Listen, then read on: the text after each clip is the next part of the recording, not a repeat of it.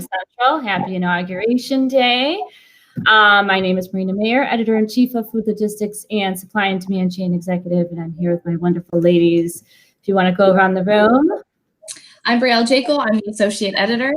And I'm McKenna Morales, and I am the Assistant Editor. We're tongue-tied. This new time throws us all off. We're usually at 11 a.m. Central, but because of the nature of the scenario today, we decided to bump it up a little bit. And we can't forget to include Plum, the pillow, and the real thing has joined us. Very, very excited. So today, we're going to kind of keep it short. We appreciate those for joining and tuning in today. But, we kind of wanted to just talk about, the current events that are going on. We're swearing in a new president today, and we were just kind of discussing how this new administration will impact the future of supply chains. I know that that's always a concern when we get, a new administration, new people on board. If you go to foodlogistics.com and secexec.com, you'll see I wrote a blog about, outlining some things as to, we have the Paris Agreement and climate controls on his list. He has a whole bunch of things that are in order. I know, McKenna, you did some homework. First off, we can talk about, the Paris Agreement, because that's kind of a big thing. He's kind of, getting us back into the swing of things, rejoining it, encouraging companies to shift their focus into implementing and maintaining more sustainable supply chains, which I know we've talked about this so many times, but in this pandemic, companies have still done that, which I think is fantastic. So what do we have to add on that topic regarding Paris Agreement? McKenna, you had some stuff you wanted to bring up as well.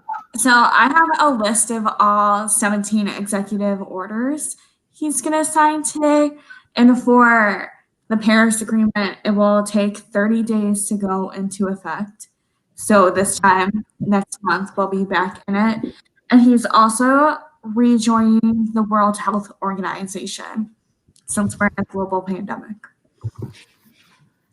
And I think that that's important for a variety of reasons, but obviously, those relationships are necessary, especially as more companies are, trying to figure out how to move forward throughout the year and how to move goods. I know we talk about nearshoring a lot. I know that was, sorry, I got to pull up the article again. Nearshoring, they're trying to move manufacturing closer to home. With the pandemic, that kind of forced that to do that for a lot of these companies who had to reassess how they do their supplier sourcing. But it's also creating jobs, and the job creation is so important, especially during this time, because people need jobs. Brielle, did you have anything you wanted to add? I've talked about reshoring a lot on my podcast or on the Link podcast and in some of my articles. And it definitely is going to change with different leaders in charge and whatnot. But some things are never going to be brought back to the shore just because we just don't have that here. Like certain things are only available in certain countries, and sorry. And what did I miss? Too expensive to oh, he's crying at me, Harvey. Oh. I was like, I don't see anything. Sorry, the dogs just always want to be a part of the conversation. Harvey always feels left out. So it's some things are never going to come back to U.S. soil, and that's just because of how it is. Some things we can't get here, and it's too expensive to bring back, and it actually costs them more money to bring it back here. So who knows where it will actually go in the future, but it will definitely change with the new administration. I was reading this article online, and it talked about the infrastructure. The construction market has obviously been down as a result of the pandemic, but we still need to rebuild on the infrastructure market and how to get people to set up shop in our nation, and to make them understand that there's certain things that our trucks need, and certain things that our transportation and our fleet need, whether it be for safety purposes, security purpose, whatever the case is. So there's lots of provisions that need to be in place, and I feel like some of these acts that we kind of touched on are in place to do that. Hopefully, for those watching, feel free to comment on our social media channels and let us know what your thoughts are as well on this. Yes, continue. Just going back on infrastructure really fast. When I first started here at STCE and food logistics back in 2018, infrastructure was a huge deal, and the Trump administration was trying to get $1 trillion worth of a new infrastructure budget, and I wonder if they're going to revisit that now with the new administration.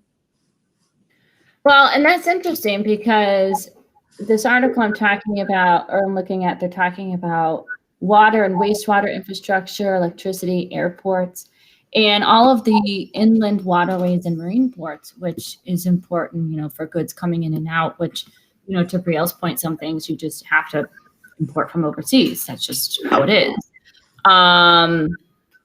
So I think that, it touches on a lot of things. I mean, I hope that for the purposes of a lot of the associations that we talk to with regards to trucking and transportation and security and all that, that a lot of that does get paid attention to, so that our workers, can feel safe and can do their job safely. So I think that's important. I know that the other thing we talked about, because I did a couple interviews and I was talking to EcoVadis, and they're really big. I know, Brielle, you've had them on your podcast before. But they talked about how the return to the Paris Agreement will mean faster adoption of ESG standards and metrics for the supply chains. And I think that that's been a challenge for a lot of these companies where, they're doing all of these things, but then it's like, how do you measure it? How do you compare it? Not just internally, but, to other countries and to maybe their facilities overseas. They have to, there's not been a lot of apples to apples with that. Mm-hmm. So another executive order that he's going to sign is to end the Keystone XL pipeline and revoke oil and gas development at National Wildlife Fund. Interesting. I don't think I knew that. So what does that entail? I'm gonna try and look that up. The pipelines that people were protesting about a few years ago that run through native land, he's going to put an end to that. And it's just a huge sustainability thing as well. And then another one that he is signing is he's going to strengthen workplace discrimination protections based on sexual orientation and gender equality, and actions to advance racial equity through the federal government, which I think is going to be a huge deal, not only for the government, but that's going to trickle down to other industries.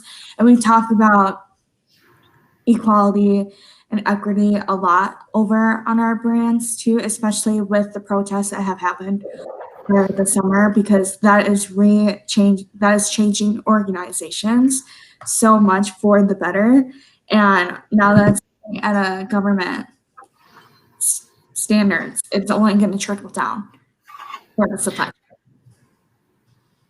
Brielle, were you going to say something? Or Well, I was just going to say that next month is our Equality and Diversity Month for Link, the podcast.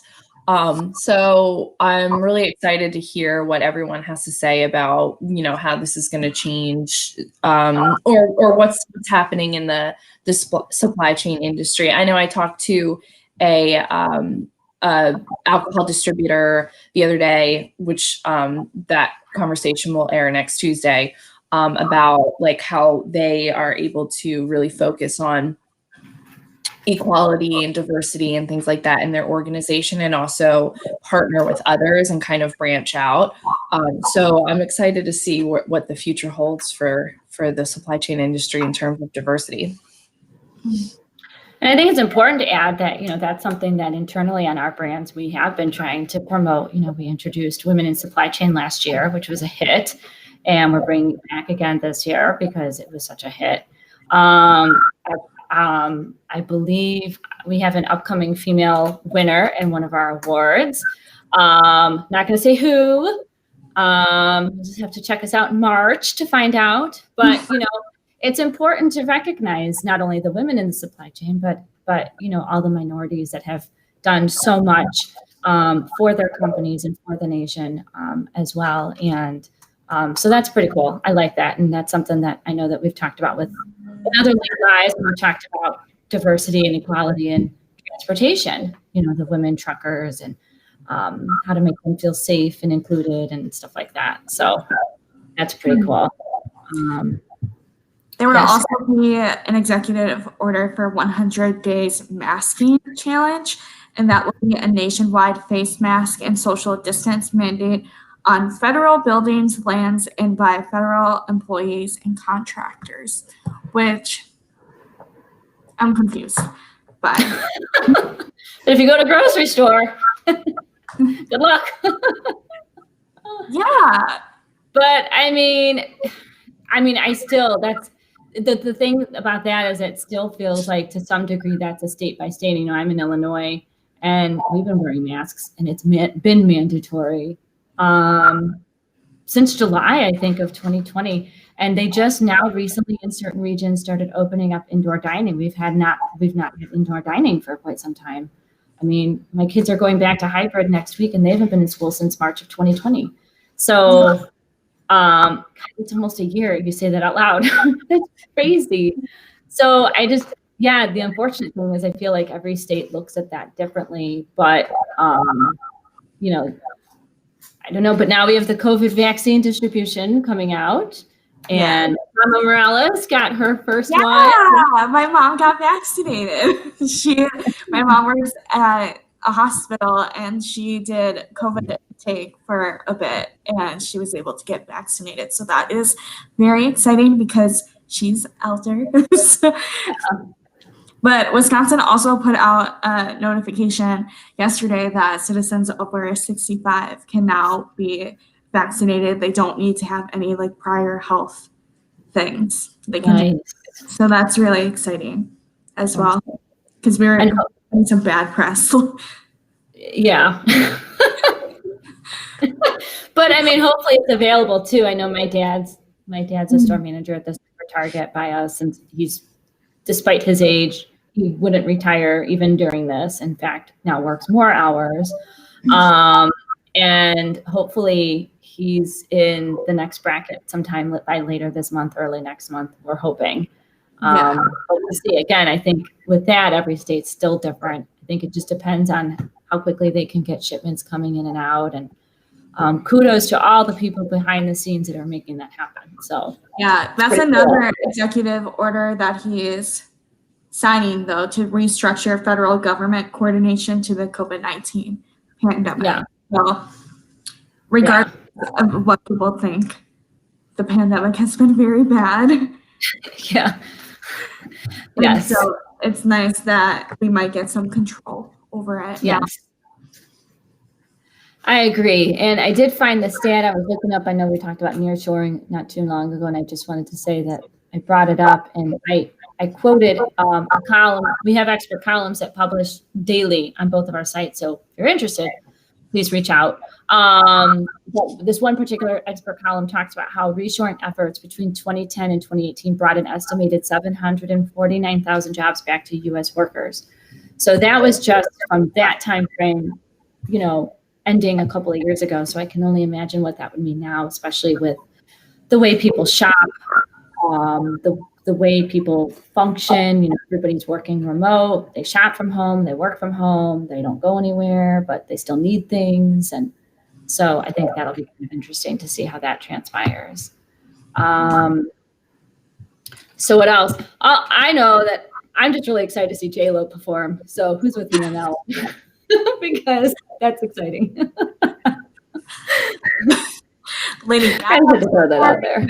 It's a stat. And Lady Gaga. Fall Out Boy is performing, and Fall Out Boy literally exists because of Wait, you were breaking up. What was that? Oh, Fall Out Boy is performing, and Fall Out Boy exists because of Joe Biden, so that's exciting. Hold on, where'd she go? Brielle, are you still there? I'm here. Is it me? Yep. No. Definitely you. Oh yeah, she has no idea. All right. So everyone, thank you for joining.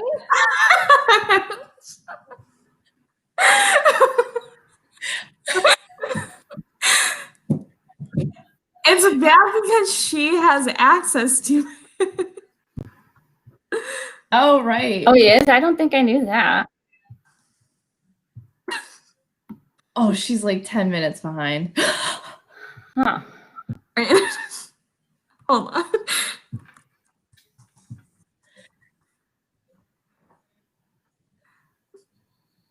Oh God, Plum.